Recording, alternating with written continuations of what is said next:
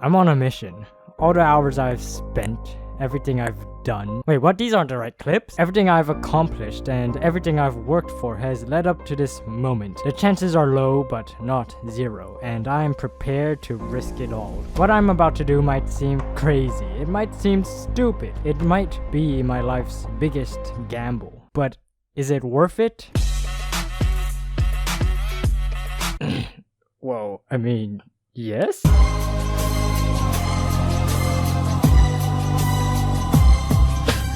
Everyone here is a gamer, right? We all play or at least played a game before, but why do we play games? Is it for the fast-paced action-packed games and shooters, or the story and role-playing games, or the strategic team plays in MOBAs? You see, gameplay is an important part of why games are fun, why people play them, and why I've spent over 100 hours of my life playing Apex Legends. But then there's gacha games. With gacha games, gameplay is more of a stepping stone for the real reason you're playing the game, which is for the 0.001% chance of you getting a rare S-tier PNG of your favorite character. And if you don't already know what gacha games originated from Gachapon, which are a variety of vending machine dispensed capsule toys popular in Japan and elsewhere. So basically, these vending machines have both dog shit common items and rare collectible items. Once you spend the set amount of money required to roll, you have a chance of either getting shit or not shit. And thus, gacha games were born and rising in popularity to the point where you can download almost any mobile game and still find some kind of gacha element implemented in it. And after playing gacha games for quite some time now, I've noticed a reoccurring pattern with every gacha game I've played. Here's how it goes. You first start playing a gacha game and it's good, it's fun, you enjoy playing the game, there's plenty of content to be played, lots to learn about the mechanics, and overall just stuff to do. And then the end game comes around, you've done all the quests, you've explored everything, you've played the game's content to its fullest, and there's nothing left for you to do except for doing your daily missions and waiting for the new event that comes every 2 weeks or so. And after a while, it gets pretty boring and you start to question yourself, why am I still playing this game? And why haven't I dropped it yet? And then you realize, you're a fucking weird that wants to collect all the cute anime girls. Why do you think VTubers are so popular? Cute anime girls. Why do you think anime figurines are so goddamn expensive? Cute anime girls. Do you see where I'm going with this? The only reason you bother to log in every day to do your daily missions is to obtain the currency necessary to roll for your waifu, husbando, or whatever the fuck you're into. This is the formula that all gacha games use. You first start playing a gacha game either for the gameplay, or for the characters, or for both. But in the end game, if you're still playing the game, it narrows down to just the characters. And I've played 3 gacha games so far, so I'm basically an expert. And I think it's safe to assume that all gacha games run on this same formula. If not, then boo-boo. And that, my fellow people, is the basic summary of how gacha games are formed, and also gambling addictions. A wise man once said, to make a game that people play in the cities, the solution is simple: add anime titties. Genshin Impact is the open-world role-playing game that took the anime community by storm. Not because of its gameplay, but because, I mean, you already know why, come on. They have them in all sizes, from small waifus to medium waifus to big waifus. And best of all, you can actually move and control them, and not in a weird way, I swear.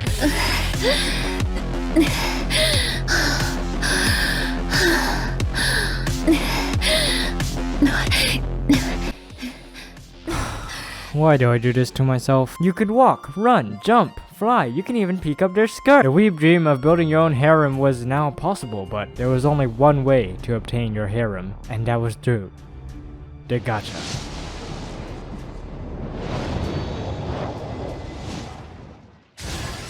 Gacha games have gacha systems. Genshin Impact is a gacha game, therefore it has a gacha system. So let me tell you how it works. So usually gachas have these things called drop rates. These drop rates dictate the X amount percentage chance of you getting a character or item. Generally, the better the character, the less chance you have of obtaining that character. Now, while Genshin has drop rates on paper, these drop rates are what you call sucky, doo-doo, and most importantly, non-existent. So to combat this, Genshin implements a pity system. A system that basically guarantees you a rare character after a certain amount of rolls. Now the ultimate goal is to be able to obtain the 5-star characters, and their guaranteed pity is at 90 rolls, but they also have a full 20% chance of dropping on the 76th roll. And in gacha games, a 20% chance is basically 100%. Simple, right? Getting a 5-star should be easy, right?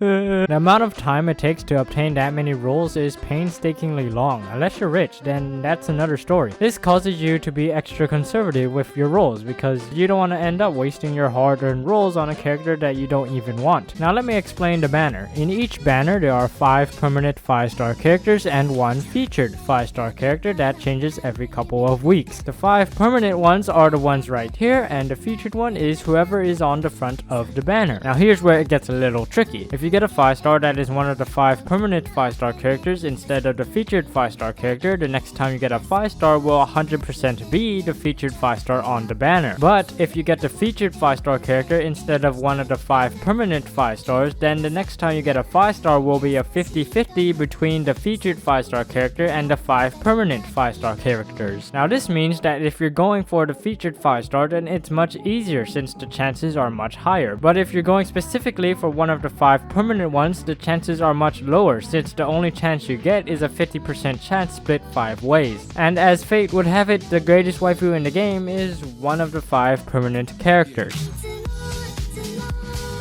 Now finally, let's get into the main event of this video and probably the biggest gamble of my life. Here are the stakes at hand. Right now I'm at 75 rolls and have a 50% chance of getting the featured or unfeatured, meaning that in one more roll I could very likely obtain a 5-star character. My goal is to obtain Mona, the best waifu in the game, but the chances of getting her are very low. And right now Venti is the featured character in the banner, and Venti is a guy. Nobody wants guys. But getting Venti isn't even the worst case scenario. The worst case scenario is getting Jean. Listen man, nobody likes jeans. They're uncomfortable and stuffy. Mordred is 100% the better waifu. Heck, even Alstofel was better, and he isn't even a girl. I don't know man, she's just meh. Best case scenario, I get Mona. Bad case scenario, I get Venti. And worst case scenario, I get Jean. And you might ask, why don't you just wait for a banner that features a character you actually want and then roll? You know what? That's actually a good point. But no, I cannot wait any longer. The time has come for me to risk it all. Let's do this. For me, for my family, but most importantly, for my harem. Please. Okay, let's do this.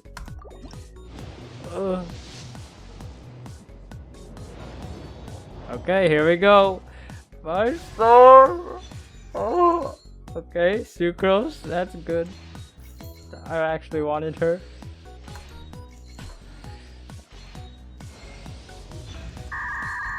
No! So, was it worth it? No. But I'm gonna do it again anyways.